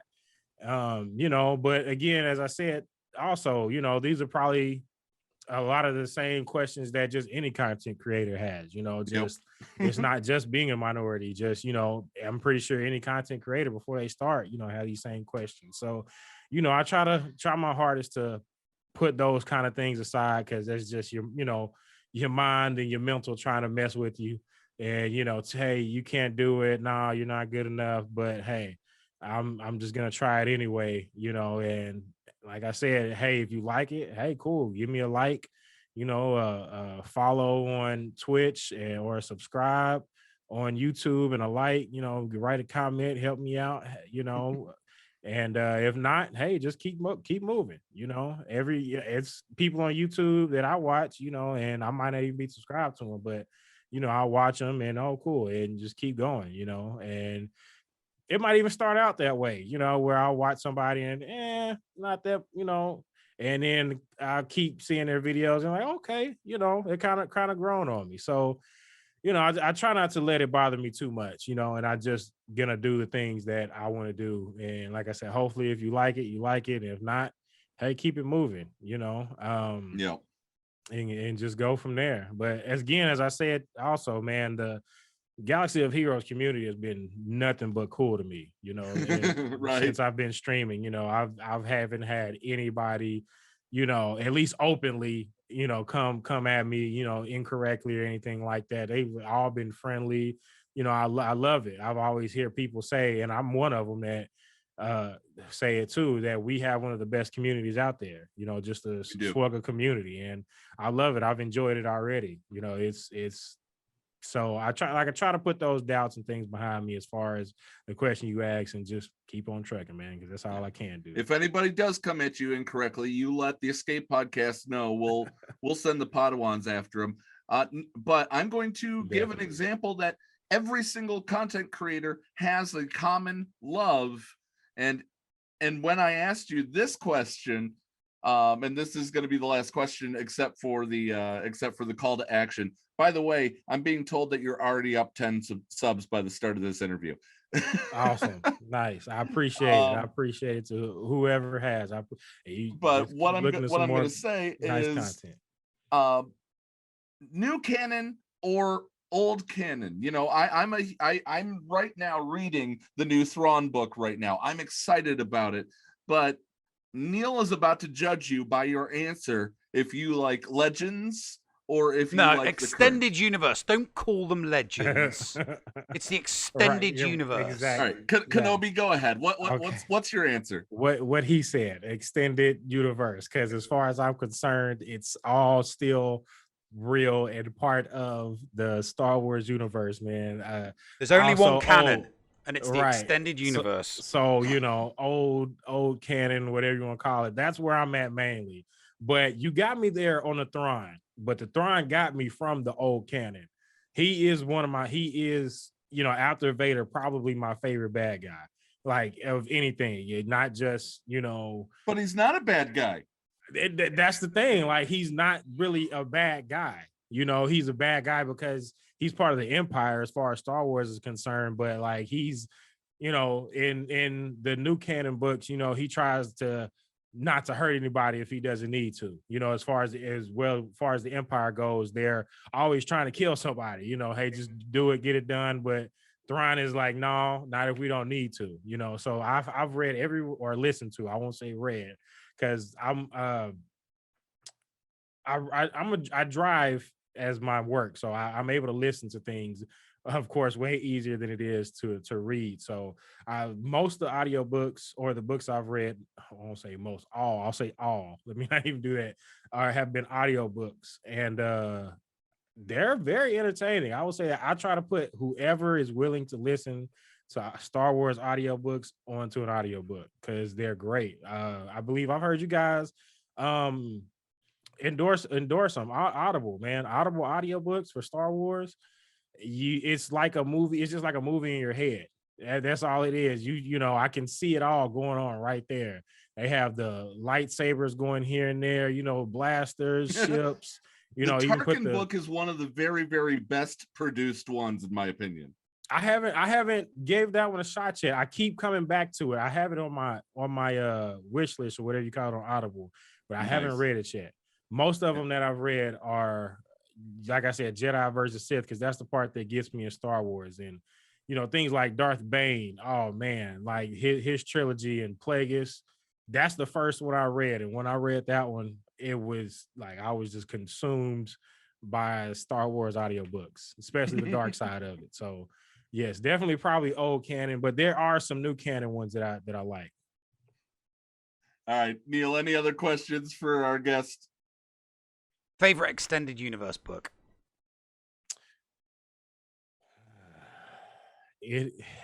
Okay, book. Does it have to be one specifically? I mean, series, if you prefer. Okay, it's hard for me because it's out of the Bane trilogy, or well, then just then go for the Bane. The Bane trilogy, just like the Thrawn trilogy. That's what I was about to say. It's out of just the Bane trilogy or the original Thrawn trilogy. It's the original one of Thrawn. Yeah, mine's the original Thrawn trilogy. Because the original Thrawn I was skeptical about it at first because it was the first one I read that wasn't specifically pretty much Jedi versus Sith. And for me, it kind of started out kind of slow because that's the part that interested me. But as I kept going, and man, especially when you get to the end, man, I would have really loved to see that kind of stuff on screen. Like I would have loved to see that on screen. But that's what we all wanted to see on screen, mate. That's what we all wanted to see on screen. Yeah. So it's out of those. To me, it's probably neck and neck. I love them both. I've read them, listened to them maybe 2 or 3 times each. Well, don't spoil Ascendancy greater good for me yet. I'm only a little bit into it so far. Okay, definitely. I'm not a spoiler. I definitely won't. I'll just try my best. All right. How do people find you, Kenobi? We've gone long, but this interview has been awesome. How do people find you? Because I know it was tough for me to find you. So how do you recommend finding the Darth Kenobi _THG channel?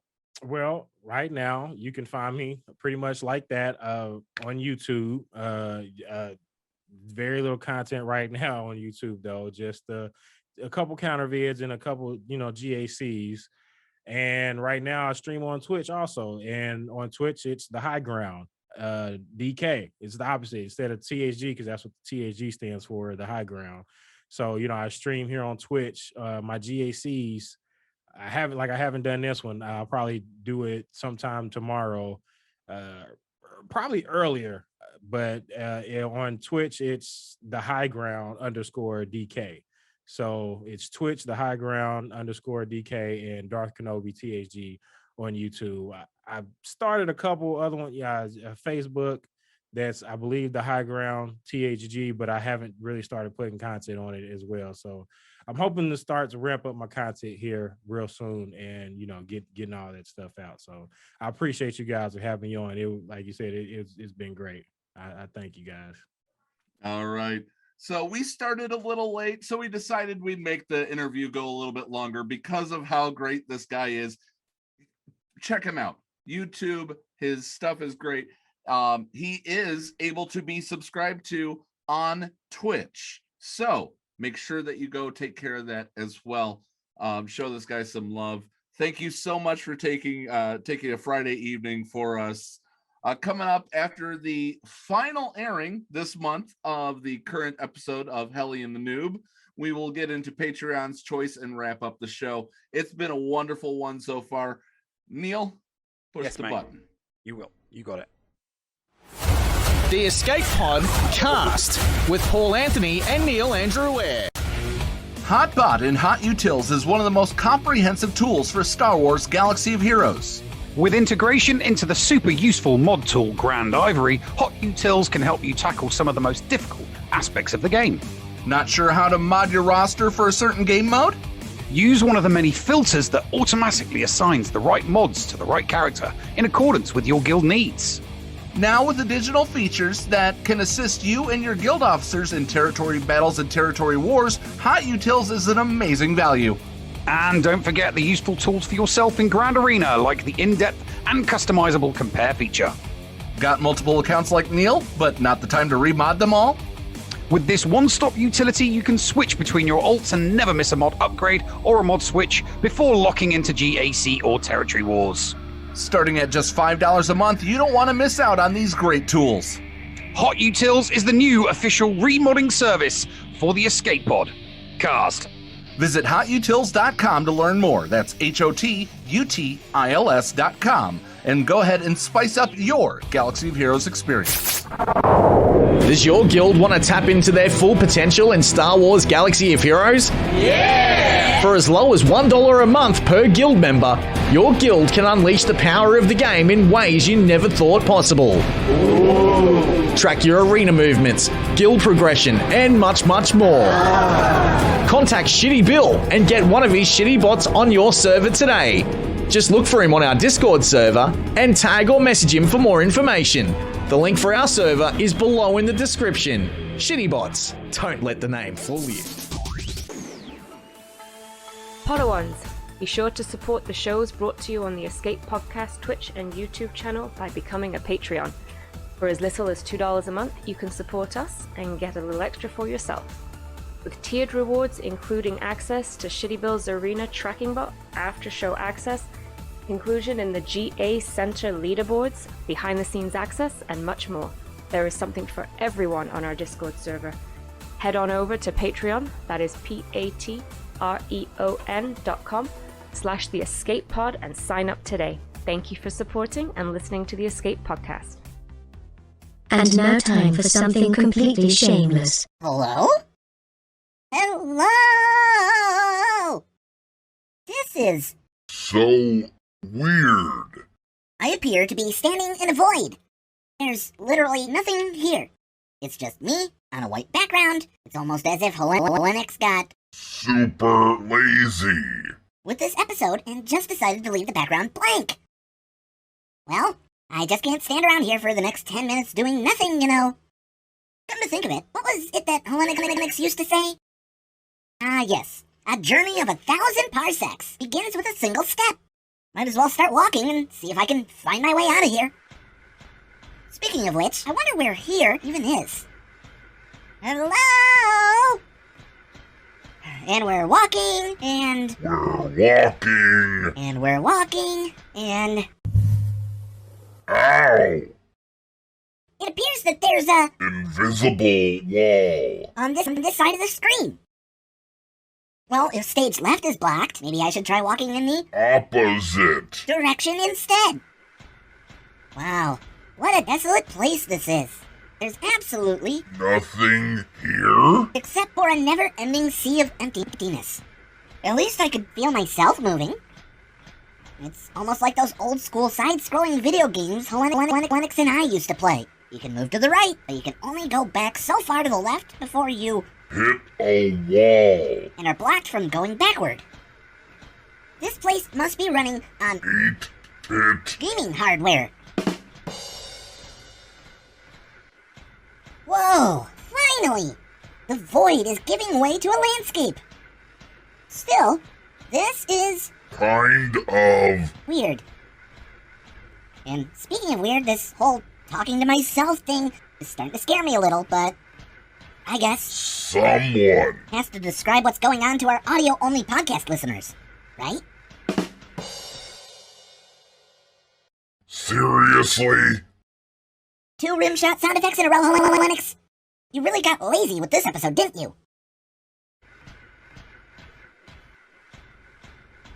You there? Whoa, who the heck are you?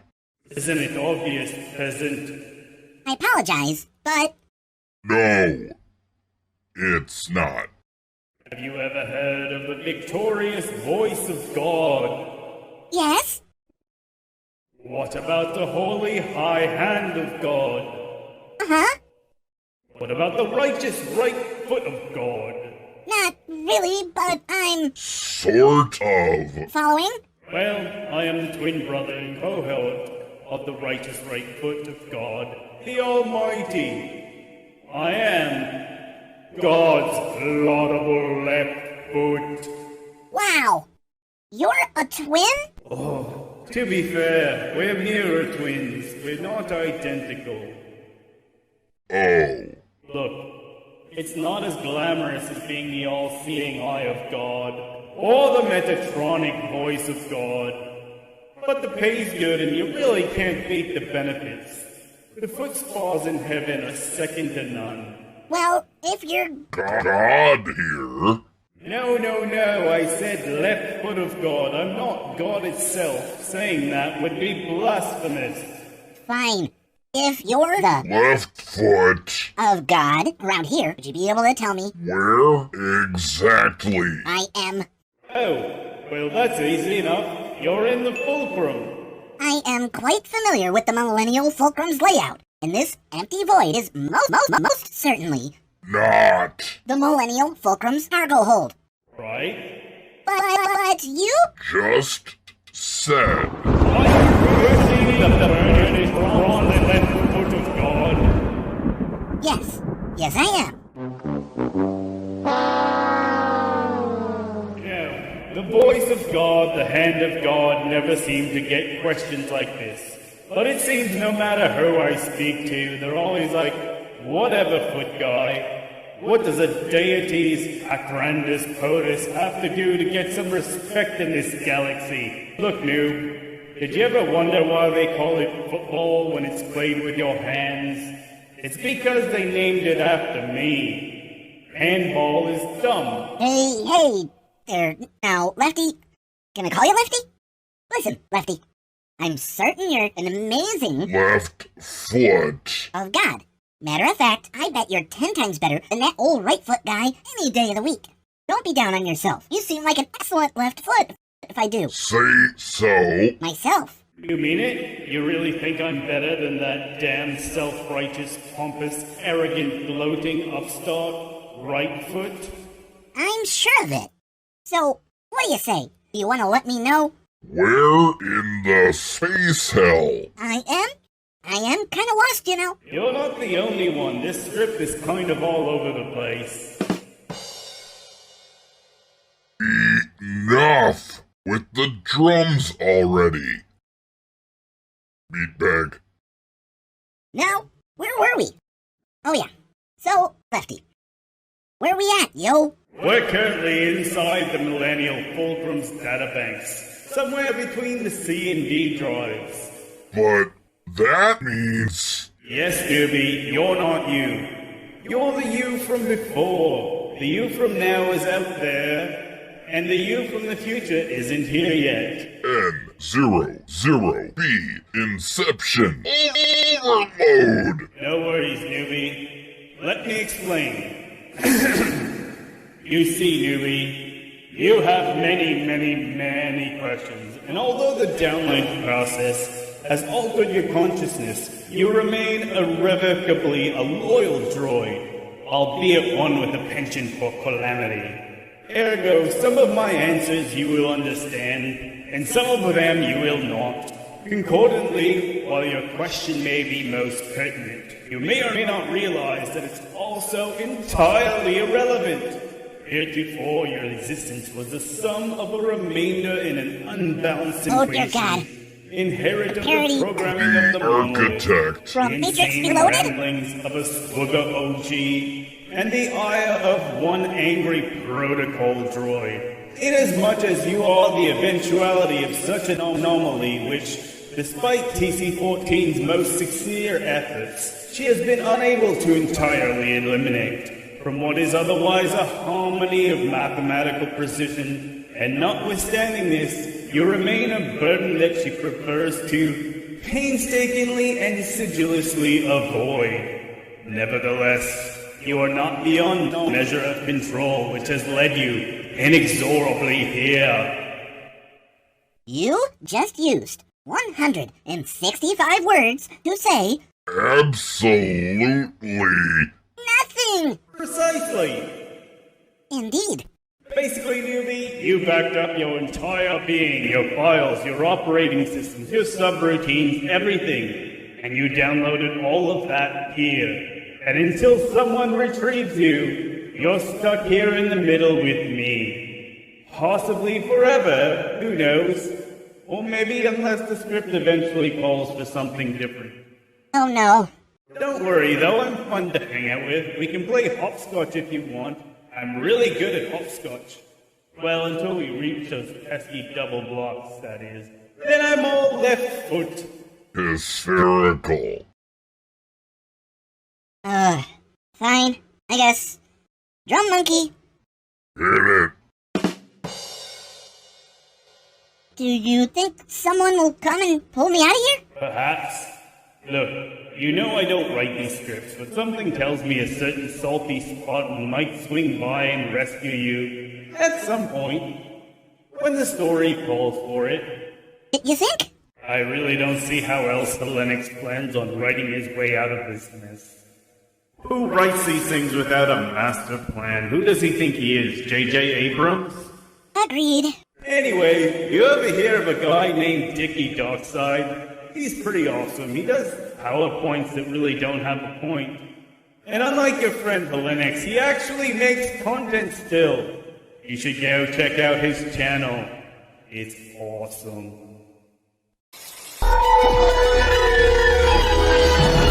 The Escape Pod. Cast. The Bridge.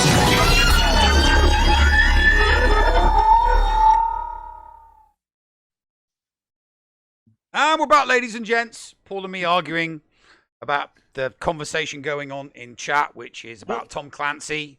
And we'll have that in the after show. We'll have that in the after show. Yeah. We'll talk about how no Tom Clancy books have been good film, apart from Hunt for October. Yeah. So, all right. Before we get into that, thank you for sticking around through everything here, guys. It is we are so very, very appreciative of everything that you guys have done for me with my dental surgery coming up. We are just about 1,000 away from hitting that goal, and we have to hit that goal. We don't have, I mean, I'd love to hit that goal by tomorrow. So if you're listening to this on show day or the day after, we're wanting to get to 2,600 for the dental surgery by Saturday night, because that will then be delivered on time from GoFundMe to pay for the surgery, instead of me dipping into the 401k. So and then paying more for that. Anyway, GoFundMe.com/F/help Paul Smile. If you guys can help, you can help. If you can't, spread the word, or just think good thoughts and hope that I could still talk after Friday or Thursday. Let's get into Patreon's choice questions. What do you say, Neil? Yep, hit me. All right, so Nabokov fan asked a question, and I gave him a free 4th segment question here. Do you guys think that the light side of the rosters is slanted heavily now in comparison to dark side? Their example, Gas, JKL, JML, Ray, etc., and now Kenobi. There isn't much on the dark side in terms of numbers and synergy. What do you think, Neil? I have my own opinion on this, but I don't want to. I wouldn't say it's slanted. You've got Darth Revan, you've got Slacker, you've got another Slacker team. Slacker teams. You've got 2 first order teams, one with Slacker in. You've got Night Sisters. You've got GG. You've got Separatists. You've got Vader Sith teams. You've got Traya Sith teams. We've got bounty hunters. So I mean, I think it's a relatively even split. I mean, whenever I'm doing my GAC, I have quite an equal split when it comes to my defenses. About half my defenses are dark side, and half are light side, and then when I go on offense, it's pretty much the same. I'll use my CLS, my Darth Revan, my JKL, my bounty hunters, my Imperial troopers. I mean, Imperial troopers are boss as hell right now. I've been using I recently did my Imperial troopers. I've been using them in Darkside GOTB, and I couldn't use them before. I've been putting my Imperial troopers in GOTB and hitting auto. I mean, all right, maybe I shouldn't have done that for tier 3 because, I only got a 3 out of 4. But phase 1 and phase 2, I was hitting auto and getting 4 out of 4. And my imps are only gear 11. They're only gear 11. So, gear 11, just, yeah. So I think it's quite even at the moment. Is it going to slant after the Galactic Legend Kenobi? Potentially, because you're going to be able to put that episode 3 Kenobi with a bunch of useless Jedi that you're more than likely going to have to relic to get it. Is Imagundi, Ayla Sakura, and Eth Koth going to be boss with him?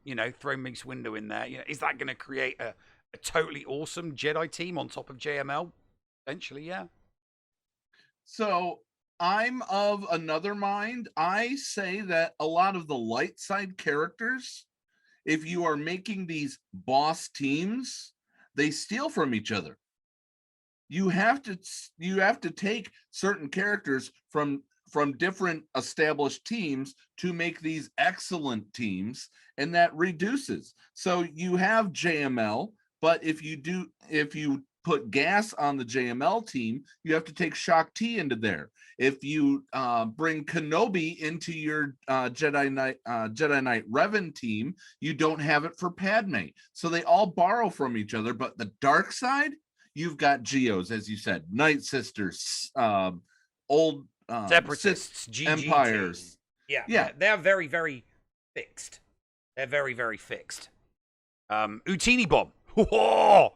Yeah. Ask Thaddeus about what I forced Thaddeus to use his Utini Bomb the other day against a Mon Mothma team, and he's like, "It's not going to do anything." I went, "Shut up and use the Utini Bomb." He used it, and it's like, "Oh my god, there's like 46 thermal detonators on them." I went, "Yeah, exactly." So they have the dark side has more set factions. Yes, there are more light side characters, but in order to make boss teams, you're left with a lot of chaff.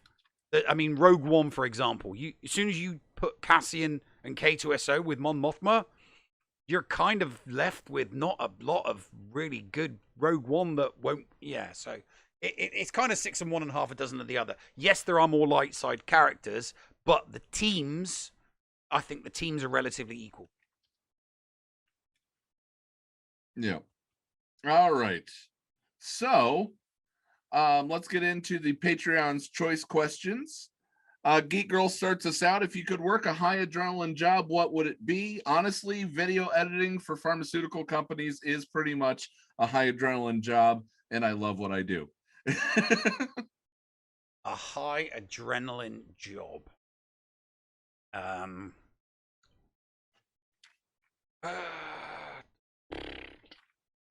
Skydiving instructor? That would be, I imagine something like that could be high adrenaline. All right. Next question up from Geek Girl. If you could start a business that was providing an experience, what would it be? Marketing of podcasts. I don't know. I guess providing an experience. I guess, that would be, I don't know. I think that maybe no longer giving an F. I would be, for me, it would be a ye old English fish and chip shop, so that I could give everyone a culinary experience of how fish and chips are supposed to be eaten and cooked and prepared. All right. What's a high adrenaline thing you would like to try but are too afraid to? Anything with heights. I've always wanted to try that human cannonball thing, where you go where you get shot out of a cannon, and like no parachute. What or are you like too that. scared of to do? Oh, I'm not scared to do anything. I've jumped out. I've done the whole I've done the jumping out of planes. I've done the bungee jumping. Oh, actually, all right then. The one that I would be too scared to do. One that I would definitely be too scared to do would be swim with sharks without the cage. All right, there we go. What's a thing that you would like to do but can't due to time constraints? Sorry, say that again. What's a thing that you would like to do but can't be due to time constraints? Read more Star Wars books and comics.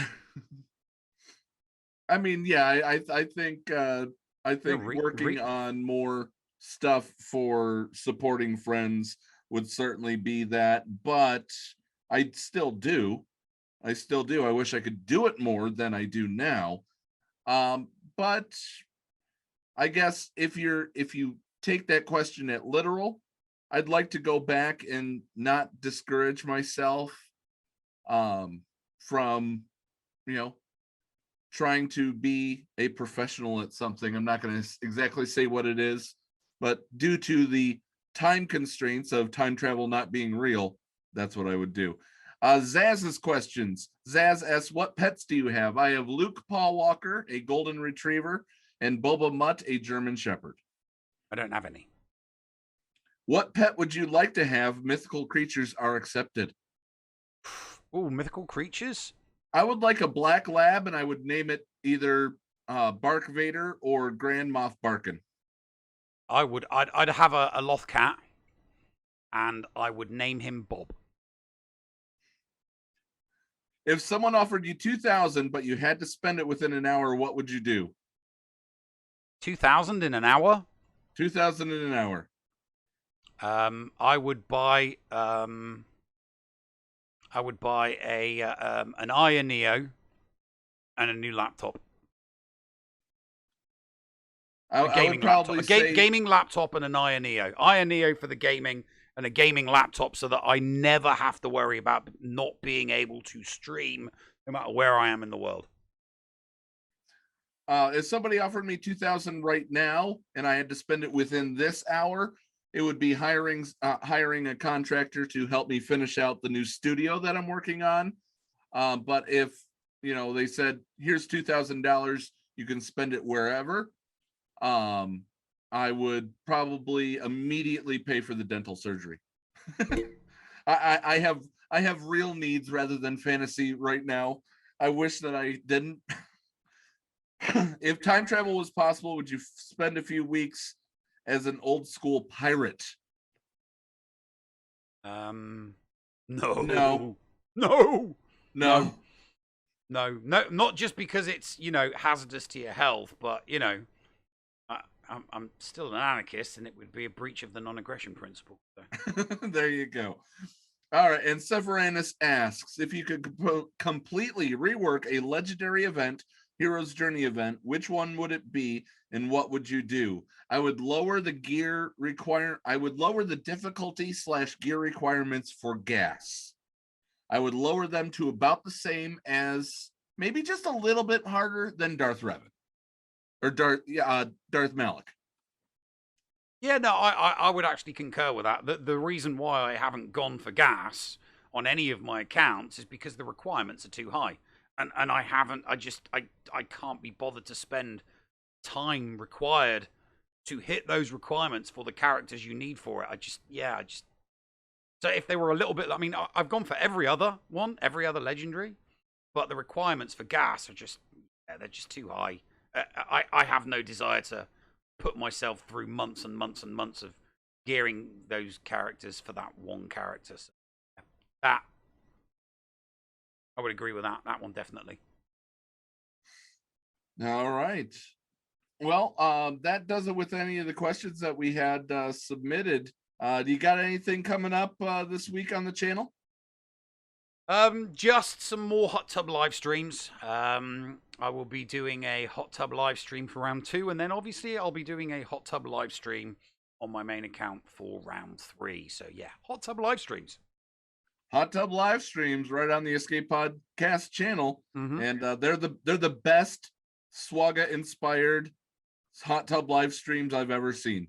Yeah, I might even do what because apparently one of the things that happens on other content creators' hot tub live streams is every time someone subs, you write your name on your body. But apparently Urza had a lot of fun doing that. I wouldn't, however, use a permanent marker like he. That like that was so funny. Oh my God, that was so funny. He started writing on his body a permanent marker. It's like, you do realize you're not supposed to use permanent marker, dude.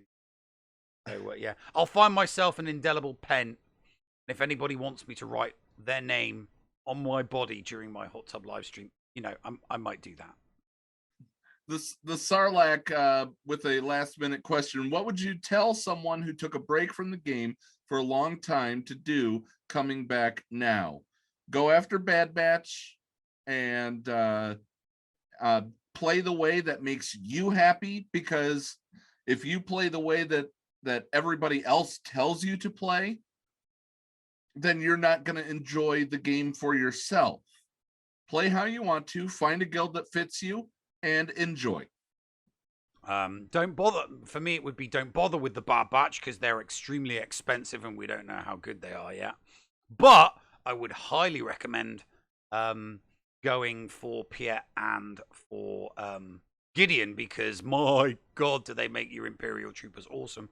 And if you're less than 4 million GP, bloat that GP to 4 million so that you're so that when you've completed Conquest in the normal mode, you can move straight onto the hard mode, because there's that 4 million threshold that you're going to need to get over in order to meet the requirements to be able to do the hard node and get more of these new character shards that they're going to be dumping on that node.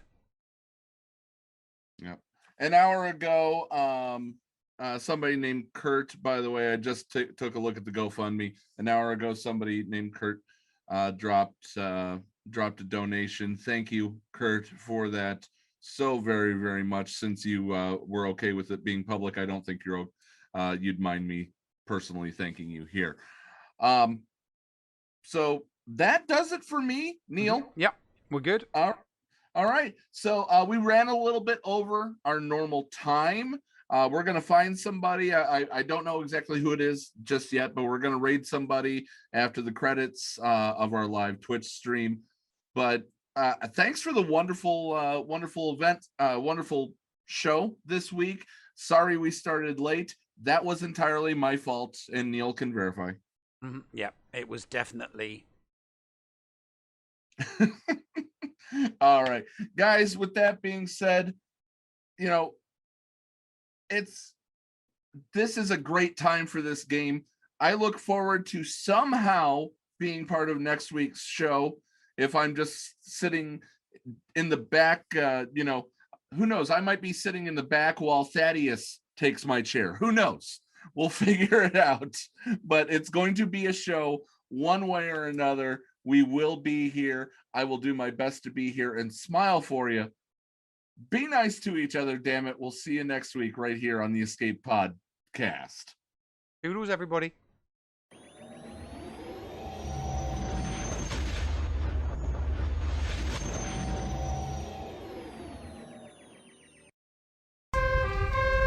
What's going on?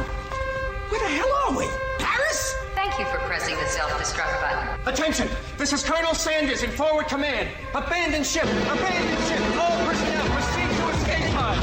Close down the circuits. Evacuate the city. Self-destruct mechanism has been activated. Abandon ship! Where is it? Where is it? It's gonna be here. Out of order! Even in the future, nothing works. This ship will self-destruct in exactly 10 seconds. Counting down. 10, 9, 8, 6. 6! What happened to 7? Just kidding. 3, 2, 1. Have a nice day. Thank you.